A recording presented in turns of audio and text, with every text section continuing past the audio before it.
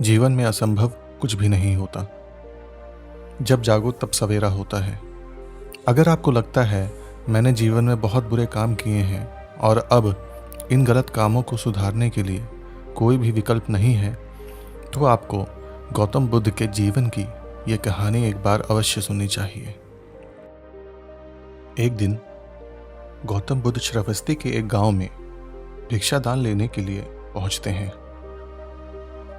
जब गांव में प्रवेश करते हैं तो देखते हैं कि पूरे गांव में सन्नाटा छाया हुआ है। दूर दूर तक कोई भी व्यक्ति नजर नहीं आता। बुद्ध उस गांव के पहले द्वार पर जाते हैं और कहते हैं कि भिक्षाम देहि, परंतु भीतर से बाहर कोई नहीं आता। बुद्ध दूसरे द्वार पर जाते हैं, परंतु कोई दरवाजा नहीं खुलता।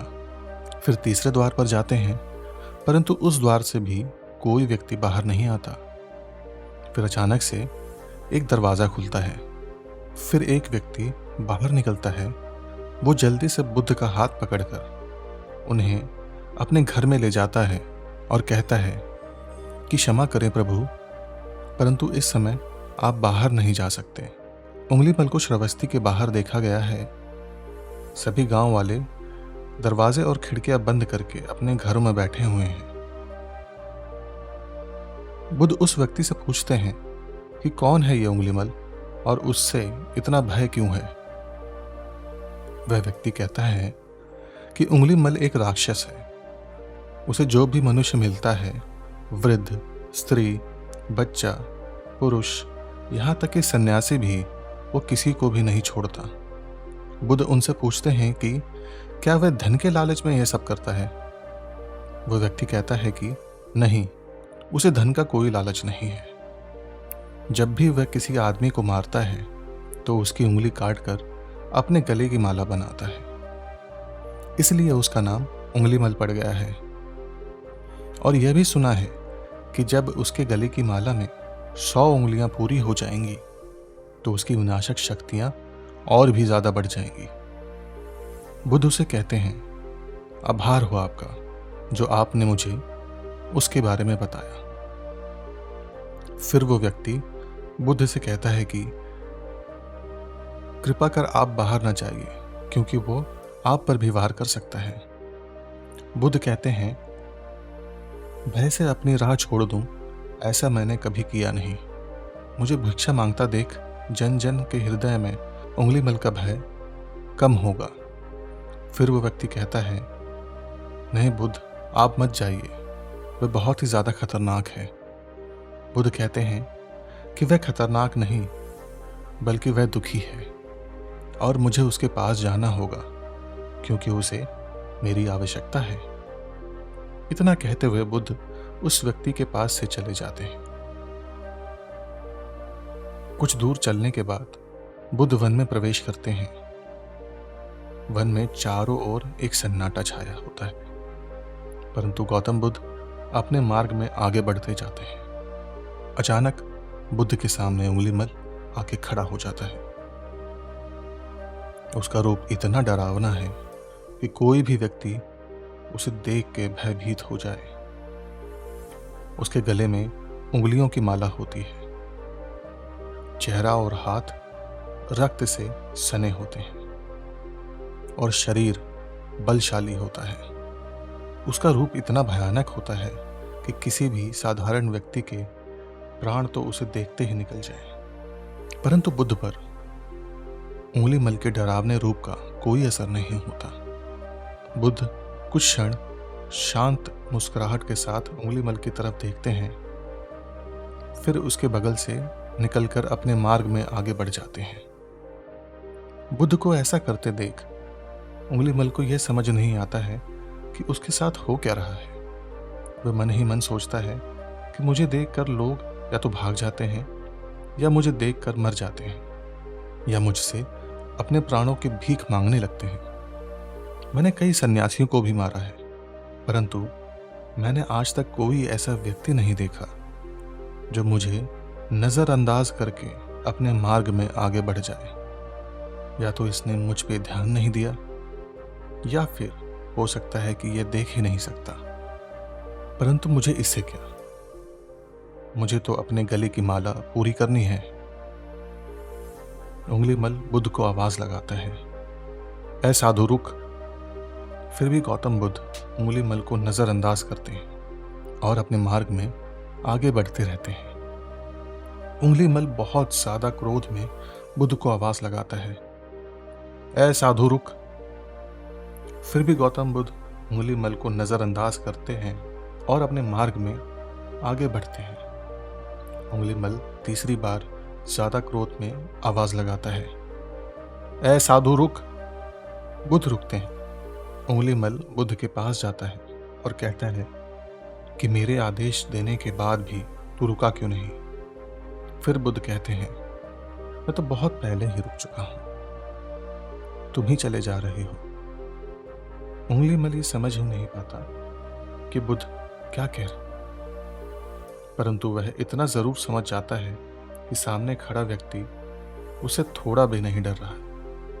उंगलीमल बुद्ध को डराने के लिए चिल्ला के पूछता है, ऐ साधु, मुझसे भय नहीं लग रहा क्या?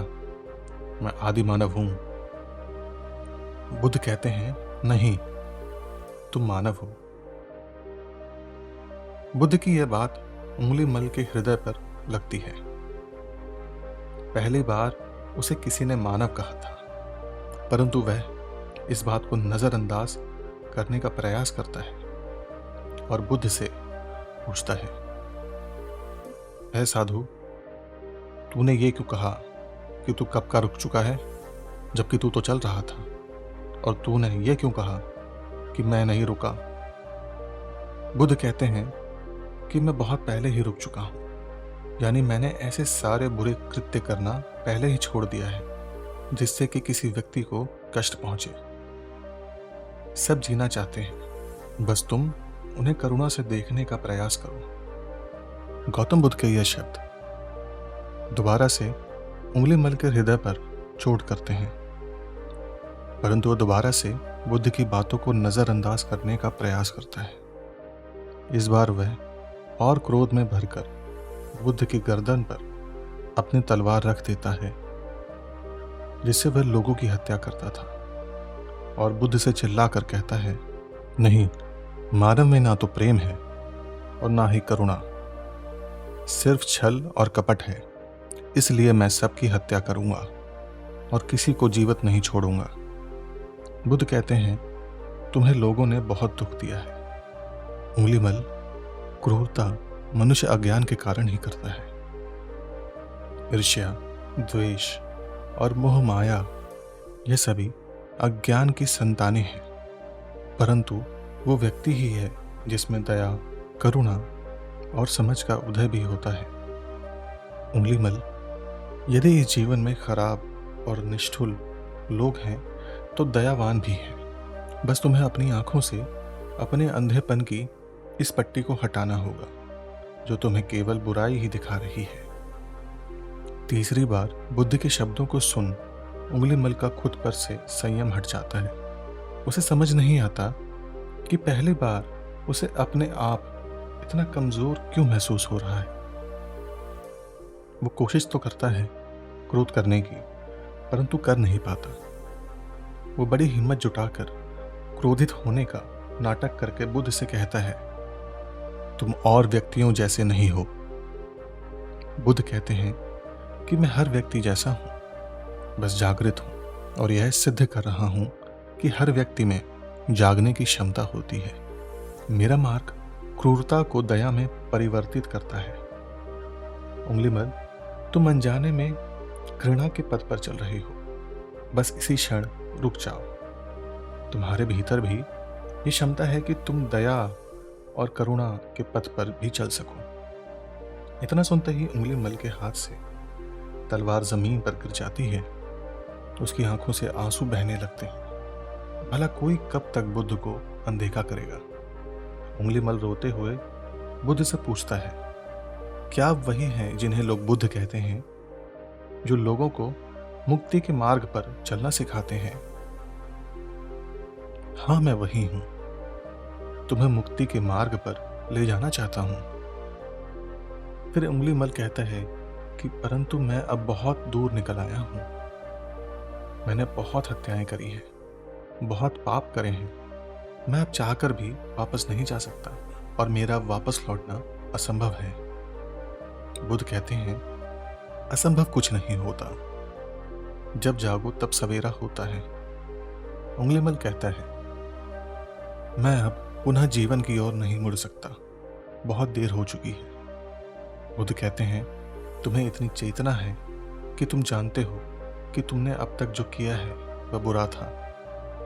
इसका अर्थ यह है कि तुम जानते हो कि क्या अच्छा है और क्या बुरा। जिस दिन से तुमने अच्छा कार्य करना शुरू कर दिया, उस दिन से तुम्हारा एक नया जीवन शुरू हो जाएगा। फिर उंगलीमल कहता है, मैं कितने भी अच्छे कर्म कर लूं, परंतु लोग मुझे उसी दृष्टि से देखेंगे और मुझे चैन से जीने नहीं देंगे। बुद्ध कहते हैं कि उंगलीमल, यदि तुमने हिंसा का मार्ग छोड़ा तो मैं तुम्हें मार्ग दिखाऊंगा, तुम्हारा संरक्षण करूंगा और तुम्हें लोगों की घृणा से बचाऊंगा। बस पहला कदम तुम्हें ही उठाना होगा। उंगलीमल पूछता है, क्या यह हो सकता है? बुद्ध कहते हैं, अवश्य हो सकता है। उंगलीमल रोते हुए बुद्ध के चरणों में गिर जाता है और कहता है, मैं आपको वचन देता हूं कि मैं सारे बुरे कृत्य करना छोड़कर आपके पीछे करुणा के पथ पर चलना सीखूंगा और कृपा कर आप मुझे अपना शिष्य बना लीजिए। बुद्ध कहते हैं कि मैं किसी को अपना शिष्य नहीं बनाता, बल्कि व्यक्ति स्वयं मेरे संग से जुड़ जाता है। उंगलीमल उसी समय बुद्ध का भिक्षु बन जाते हैं। इस कहानी से हमें यह सीखने को मिलता है कि लोग सोचते हैं कि उन्होंने बहुत सारे गलत काम किए हैं और अब इन गलत कामों को सुधारने के लिए और कोई भी विकल्प नहीं है। इस पर गौतम बुद्ध कहते हैं कि चाहे आपने अब तक कितने भी बुरे काम क्यों न किए हों, लेकिन अगर आप एक विचार को अपने मन में लाते हैं कि अब मुझे कुछ नहीं करना है, तो वही विचार आपके रूपांतरण का कारण बन सकता है। पर सबसे ज़रूरी बात है कि आप पहला कदम उठाने के लिए तैयार हैं या नहीं।